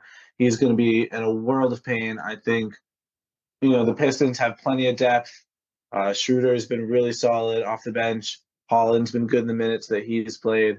I really like this Pistons team. I think there's a good opportunity for Cade to establish himself as the next superstar in the NBA. So while I do think I'm not saying that I think the Pistons will win the series, but I like them for their odds. So I'm taking them $10 plus 310. Right. I was on this Pistons team a year too early. I predicted they would make the playoffs last year. This year, I think I had them in the play-in game, but they actually even exceeded those expectations. So I was just a year early on them. And I agree with everything you said about this team. I like this team. But you know what? They're just too young. I think the Knicks are going to smack them. I think a sweep could be in the cards. I think the team is built right, and I just think, experience is going to play out here, and that's going to be the end of it. And Sammy, before I ask you to break the tie, you mentioned, you said on the Bucks that the Bucks have a lot of players that nobody's ever heard about. You can't say that on this show. One of the most popular names on this show is Tyson Eaglestaff, isn't it, Joey? Tyson Eaglestaff. That's my Eaglestaff. Speaking of which, big news for him. He is decommitted from South Carolina. I saw that. Back in the portal. I saw that. So we know players that play at South Dakota State and Illinois State and Loyola Chicago. We have them on the show. So yeah, we're well in tune with players at all levels. All right. So Sammy, Joey's going with the Knicks. Joey's going with the Pistons at basically 3-1. I'm taking the Knicks, giving up 4-1. I'm putting 20 on that, by the way. Break the tie. I assumed you guys knew who those players were, but your usual NBA fans might not know who Ryan. No, they wouldn't. I was just. But I'm going to break the tie, and I'm going to go with you with the Knicks. I did say the Pistons are going to be my sleeper team, but that doesn't necessarily mean that I think they're going to beat the Knicks. And the Knicks have a lot more playoff experience. This Pistons team is really young. I think they're a boom or bust team this year, meaning they're either going to win the series and go on a run like the Wolves did last year and make it to the conference finals, or they're just going to get swept. and they're going to have to reevaluate themselves for next year and know that they need a couple more experienced guys on this team to fill in gaps. But, this series could also go to 6 or 7. But my prediction is that the Knicks will win in 5. I'm going to take the Knicks at minus 400. I'm going to have $15 on it. I would do 20, but I'm going to take 15 just because the Pistons, I did have them as my sleeper team, and they're built around Cade Cunningham, and they're finally clicking with him healthy. If he's clicking, everyone else is clicking. And Cade is, like I mentioned, he's one of the top 15 players in the league. And I mean that entering next year. He might be a top 15 player entering the league if the Pistons finish the season strong. And if not 15, he's top 20. I don't see where he's anywhere lower than that. But, you can't bet against Brunson if he's healthy. Cat's not a great defender. And the Knicks, they do lack size outside of Cat, but they have other guys like OG Anunoby. Yeah, but also at the same time, the Pistons don't have the type of player to exploit Cat's defensive weaknesses. So they don't have a stretch. They don't have a stretch 5. So I think the Knicks would be fine. So now I'm just kind of smiling while you were talking because Joey's going. He's going all in to get out of the red here because he's putting 50 on the Celtics to beat the Magic at minus 5,000. If you lose, Joey, you are betting you will lose $2,500. You're never getting out of that hole. Wow. I am not confident. It's funny, Rich. I was about to ask you, do we have a maximum? Because No. I think in every single universe and every single multiverse, the Celtics beat the Magic in this series. I would be astonished if it even goes to 6 games. Why don't we put a cap of 100 on it? We'll say 10 minimum, 100 max. I'll still keep it at 50. All right. But yeah. I mean, I think that Mazzulla and Brad Stevens is going to go down as one of the best coach to front office duos in history. I think that, Brad Stevens, what he's done as a coach and he's gone on to do in the front office, I don't think there is a better constructed starting lineup. And to do it in the draft too, to get Tatum and Brown in the draft and grow them. They've had them for almost a decade now, and they have developed them so well, even in the early days when we thought they'd be good, but we weren't sure. And they had Kyrie and they had Kemba, and then Stevens, when he transitioned that front office role, he was like, we don't need to keep getting these other guys, no more Gordon Hayward. Let's give these two the reins, and what a job they've done.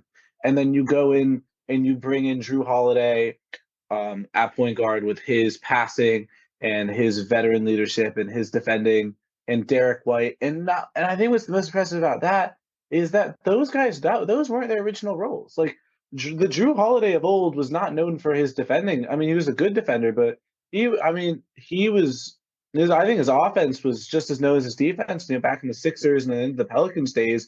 He was your typical, he was going to score, hit threes, get to the hoop, pass, and now he's become a defensive stalwart. Derek White too.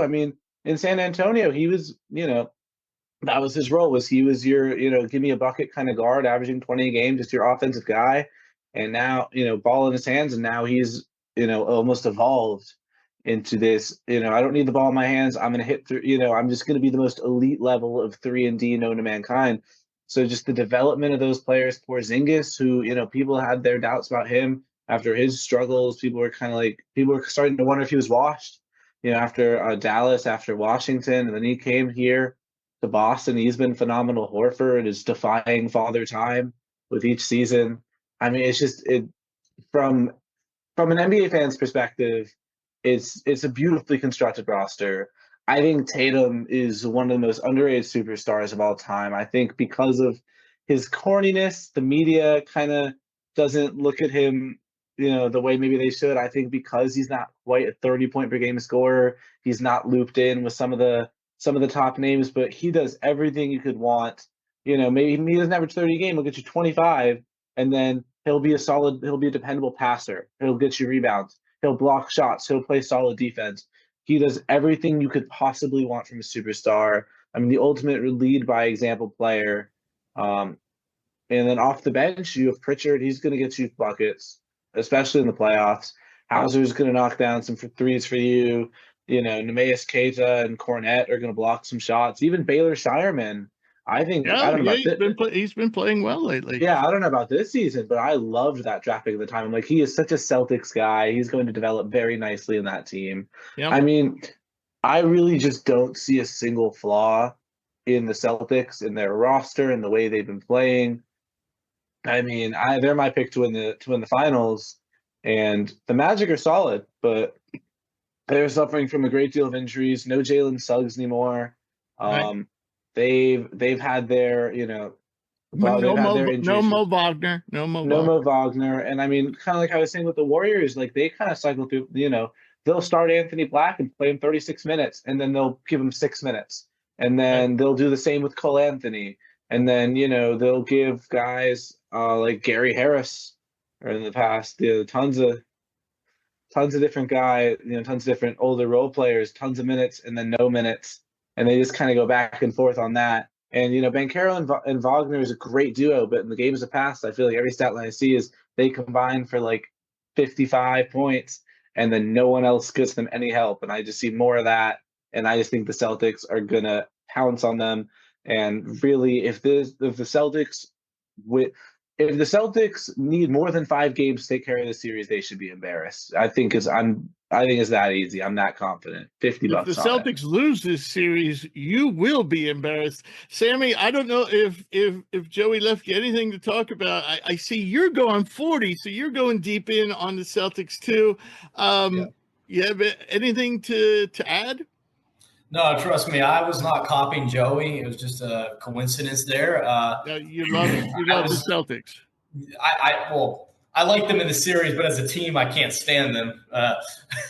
Just they give me heartbreak because I'm a Hawks fan, obviously. But Joey pretty much covered it all. They are the most complete team in the NBA outside of the Thunder, though, because the Thunder are my pick to win the championship.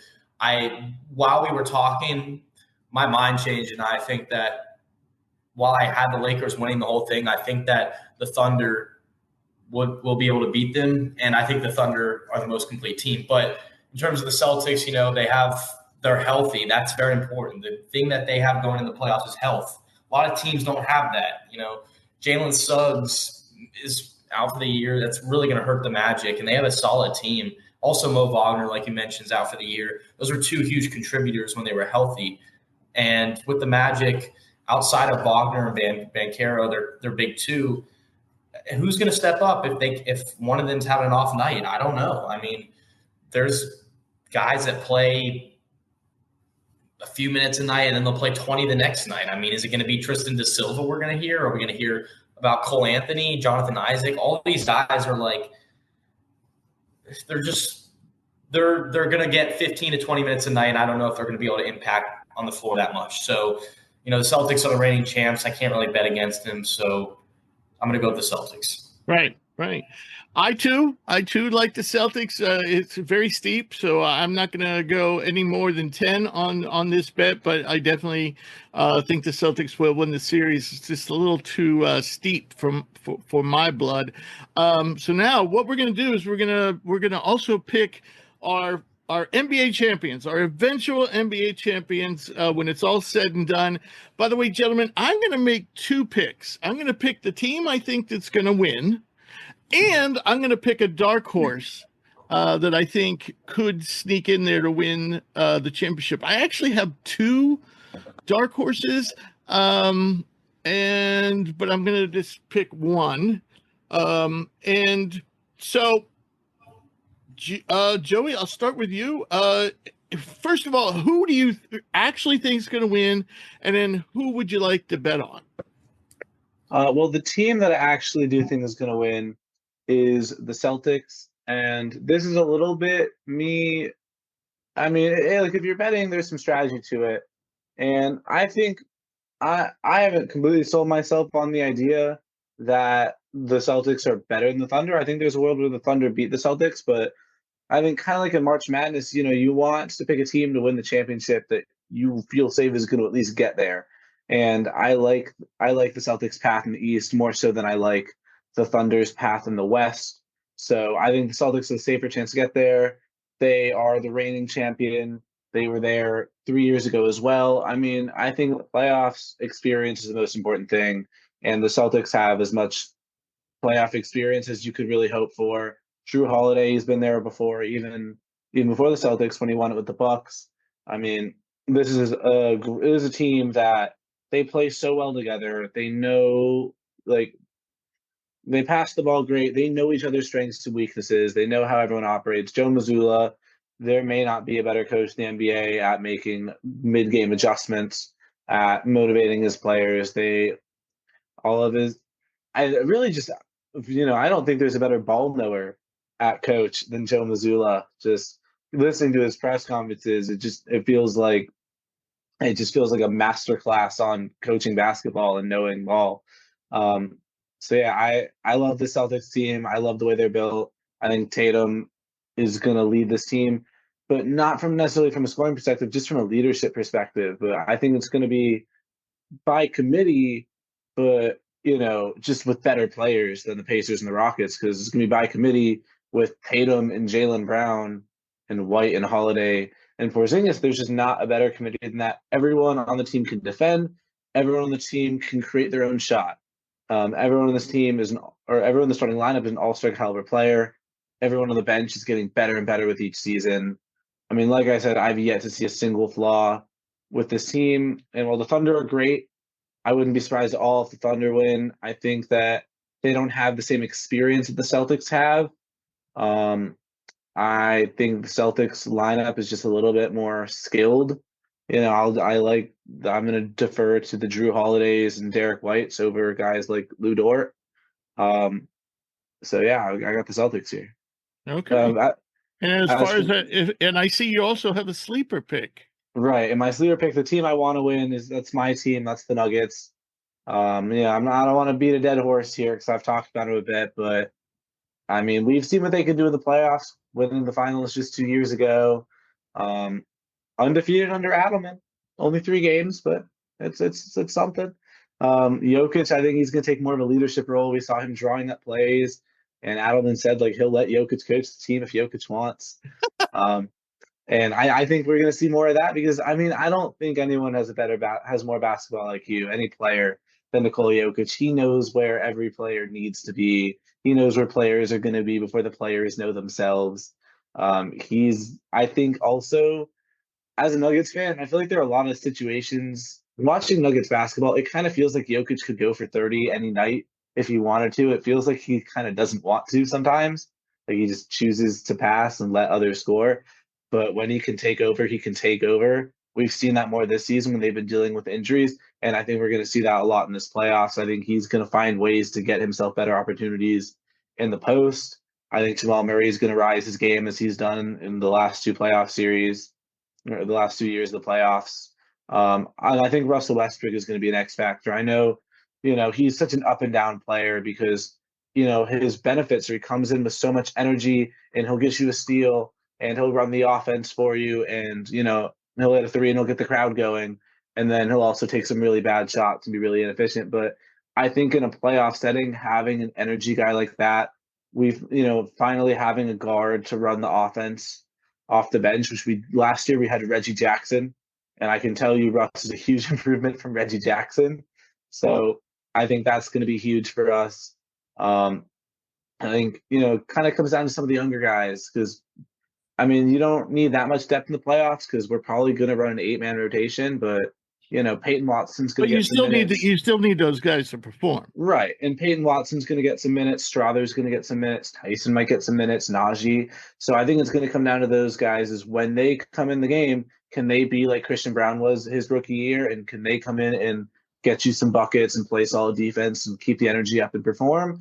Or are they going to kind of falter like they did last year? And I think that's going to be the real test. But I think the Nuggets have the talent and the experience to get it done. So to review, Joey's going with the Celtics at plus 190. This is to win it all.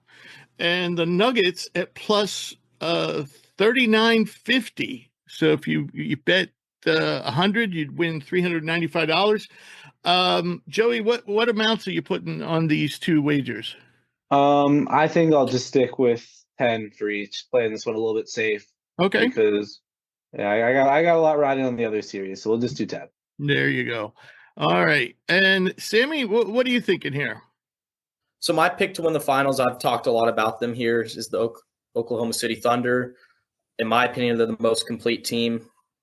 But if I had a dark horse pick, I mean, it was my original pick, so I'm just going to say it because I think whoever wins this series will win will win the NBA championship, and that'll be the Los Angeles Lakers.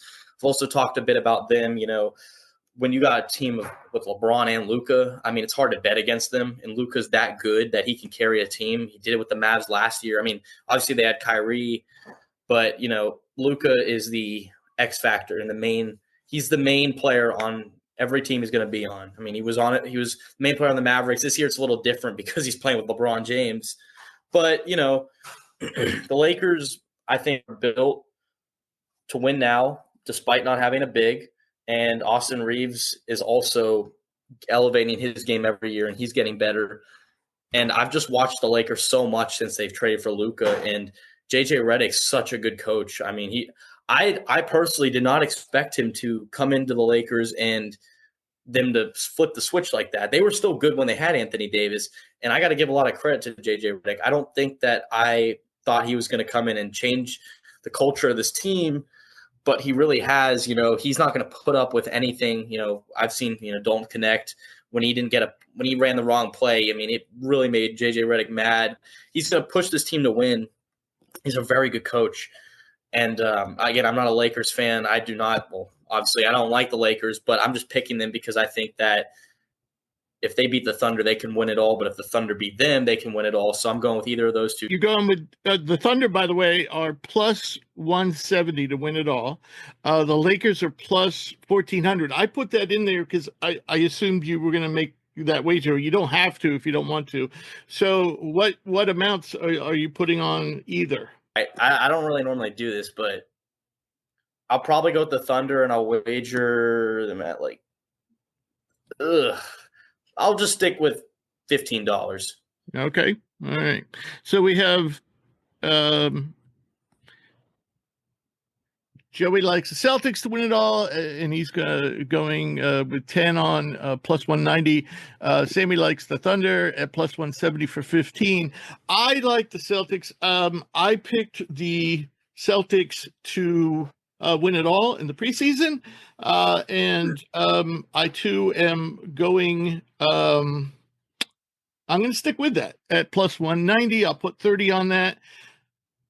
You know, at the beginning of the season, I thought this came down to 4 teams. Before we tipped off, I thought it was the Celtics and the Knicks in the East, and Minnesota and OKC in the West. Now, the Knicks and Minnesota have not played up to expectations, and the reason but if I had to pick a dark horse team, I think the team I like is the Knicks. And the reason is I like their first round matchup with the Pistons. I think they move on from that pretty easily, where I'm not crazy about Minnesota's first round matchup with the Lakers. So that's why. Now, if you go with Minnesota, I think it's close to plus 7,000. Let me just check that for a sec. Minnesota is plus 6,250. So you get really good odds. But yeah, I at least want to put, if I'm picking a dark horse team, I at least want to know that they're going to get out of the first round. And so I'm going to put 10 on the Knicks at plus 2950. And that's our picks. That's our picks for the week. Picks for the playoffs. I mean, of course, we'll be back next week, so we can maybe make some more picks on the second round series and so forth. So, as always, I want to thank our listeners, and hopefully we'll have a special guest soon. That is definitely the plan. We've just been busy with March Madness and now the NBA playoffs, but now we'll have time to get some invites out to get some new guests on the show. And of course, we will be back next week to talk more about the NBA playoffs and more about the college stuff we've been talking about, the portal and basically the portal at this point. We're down to, and hopefully a special guest. Any final thoughts, gentlemen, before we say good night? I surely hope that I'm right with the Thunder. And I want to just end this episode on a little cliffhanger. I'm actually going to change my wager to $30 for the Thunder. Okay. I'm just going to go a little more up. I really going to go pull for the Thunder. It was either the Thunder or the Lakers, so I'm going to go 30 on the Thunder. Yeah, that was what I was going to say. So we'll see what happens with them. All righty. One thing I wanted to say about the Thunder that what's impressive about this record, they've almost got 70 wins during the season. Mm-hmm. That's incredible. And they did it with Chet Holmgren playing less than 40 games. Exactly. So that's scary. And basically the only reason why I'm going with Celtics is experience, but I certainly, my second choice would be the Thunder to win it all. I'm getting a little better odds with Boston. And as you've known, all throughout this process, I've been going with experience. And you know what? That works in March Madness, and it usually works in the NBA as well. And also, you want to see continuity. You don't want to see these teams that were ripped apart in the middle of the season and then patched back together. Lakers would fall into that category. Dallas would fall into that category. You don't want to go with teams like that because, when's the last time something like that's happened? Somebody's had their team ripped apart in the middle of the season and won the NBA title. It doesn't happen. Right. So, all right. Joey, do you want to – I know you have a fun segment on your old NBA show called The Draft, which I really like. I don't know if you want to do it tonight or maybe we'll save it for next week or I think we could do it tonight. Okay. So yeah, if any of you listeners have listened to me and Sammy's podcast, it's called Box and One. We do it with another friend of ours, Spencer, and we do a segment at the end called The Draft where we will pick a theme of some sort and then we will draft a starting five of players in that category, and then we'll kind of, pit the starting five against each other, and, we'll vote and see who has the better starting five. I think this episode, the category is players in the play-in tournament. Oh, okay. Who would like the first pick? So I have a quick question. Is this players right now or all the teams that were in the play-in? Even though all the teams that were, anyone between 7 and 10 seed. Okay.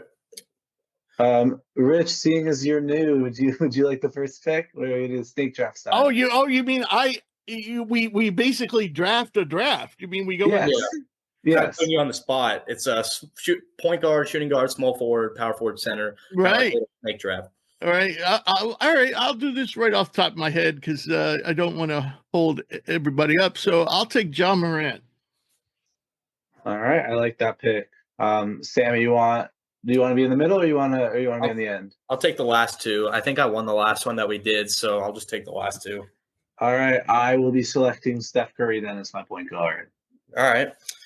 I will be taking let's see. I'll be taking Anthony Davis as my center power forward, depending on who I draft next. That's a good one. Yeah, and then my next pick will be this is tough. So we got I want to take I'm probably going to take Paolo Banchero as my small forward / power forward, and then I'll have AD at the center. So I'm going a little big here, but I really like Paolo and AD on my team. Yeah, Paolo's going to be my pick. I'll kind of throw a wrench my plans. Instead, Sammy, I'm going to take your boy. I'm going to take Tyler Hero. Yeah, that's who I was going to take. I wanted to take him. But form a nice little backcourt there with Steph and Hero. That's nice. I'll take Franz Wagner. That's a good one. I was going to take him next. Then you got one more. And bear with me a sec. I guess Jaren Jackson. It's a good pick. That was going to be my pick. That was going to be mine. Oh boy, that's a good pick. Yeah, that was gonna be my pick. All right. Instead, I still need a big. I'll take Sabonis here. In the middle. Okay. I was going to take him maybe, but knowing that the way my team's built right now, I definitely didn't need him. I definitely need a point guard, and I'm going to take the point guard of my Atlanta Hawks, who fits this team perfectly right now, Trae Young. Yeah, it's kind of crazy he's still there. Yeah, I'm a little surprised he's still there too, but I'll gladly take him. And then for my second pick, we have Trey at the 1, and then Paulo, whether the 3 or the 4. I really like Zach LaVine, so I'm not going to take DeMar DeRozan because it's really going to make Joey mad. I know your opinion on DeMar DeRozan, but Zach LaVine, he was great with the Kings when he came over there. I'll probably take Zach LaVine as well. I will take Zach LaVine at my 2.